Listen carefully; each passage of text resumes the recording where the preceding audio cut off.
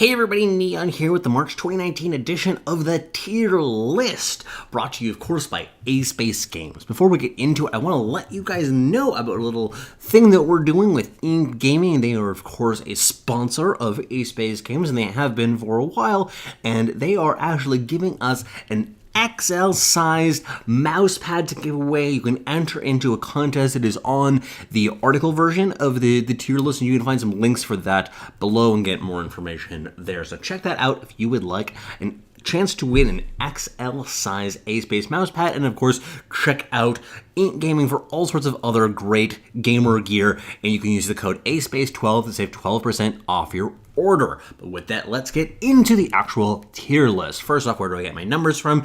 I, of course, check things out from some of the various top-level players. I asked them about what their feelings are about the metagame right now in a survey and what decks are most popular and most powerful. The players who filled it out this month included Lights Out Ace, Isomorphic, Almost, Monstrum, and Paradox. So thank you very much to them because they make my job much easier. I also try to divide up power level and popularity, so I have tier lists for both of those concepts separately, and I also ask them to average their impression about the performance in ranked versus in tournaments, so aggregating the two of them in case there's some difference in the impression. So you can get a little bit more information about all of these background bits of information in the article as well. So let's jump into talking about the actual tier list. Tier 1 for power level, we have Winchest, Cambrai Ramp, Reanimator, Haunted Highway, and Geneve. For tier 1.5, we saw Elysian Mall doing well, Scrappy Hour or Stone Scar Grenadins, Skycrag Aggro,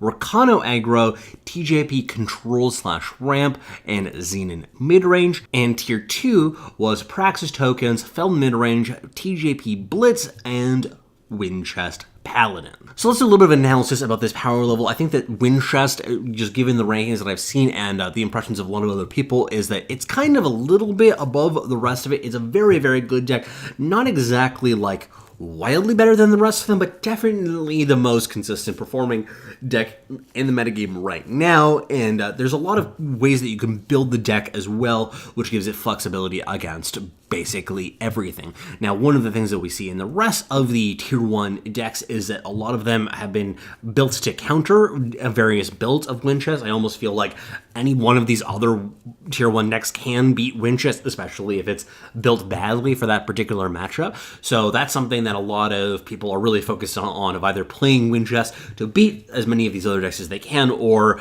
building some of these other decks to try to counter Winchest. For stuff that's happening a little bit lower in the metagame, we have a bunch of tier 1.5 decks that are all, I think, still perfectly adequate, perfectly playable. Elysian Mall can have a lot of powerful draws. TJP Control has been doing really well in the tournaments, especially Gozu has been really pushing that one really well, so I think that that's in a pretty good place as well. So while all of these decks are not exactly quite at the level in my mind as the tier 1 decks, I think that they are still perfectly playable for the latter. There is, in my mind, a pretty big drop-off between the tier 1.5 decks and the tier 2 decks, but anything that's 1.5 or higher is quite strong.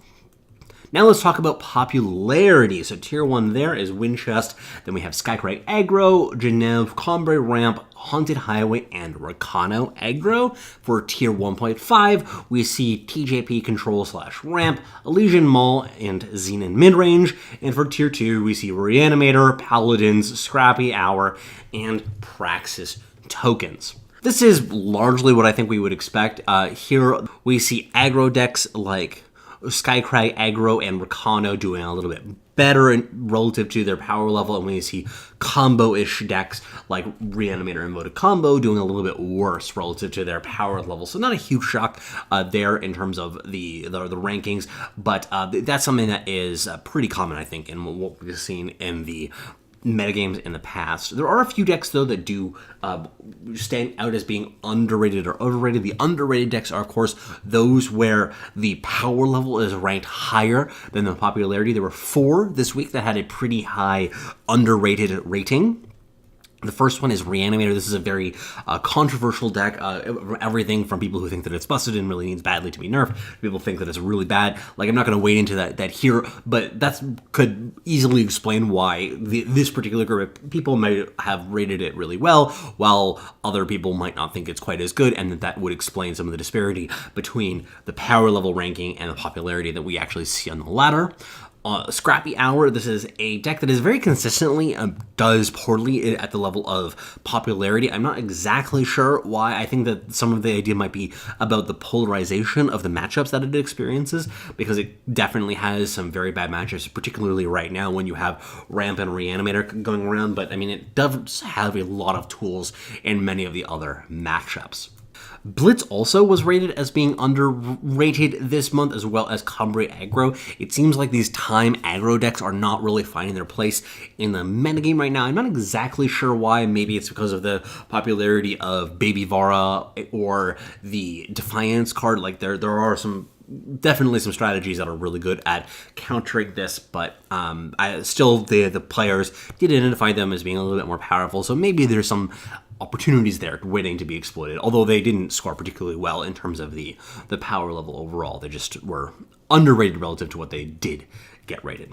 Now, for the overrated decks, there was only one that really stood out as having an overrated score, and that was Skycrag Aggro. This is also not, again, a huge surprise. This is a fairly simple deck to play, very linear, aggressive deck.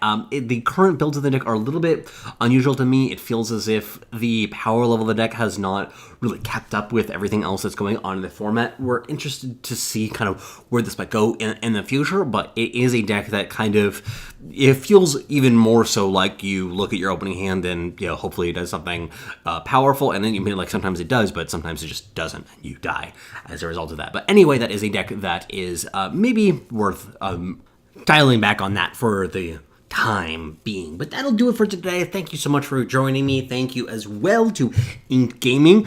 Be sure to check out that promotion/giveaway I mentioned earlier. You can also talk to us all about this in our Discord, on the Reddit thread, and on Twitter. All of that is linked below. And of course, check me out on Twitch. I've been streaming pretty actively over the past little while, having a lot of fun with that, and I'd be happy to discuss anything there. But once again, that'll do it. Thank you so much.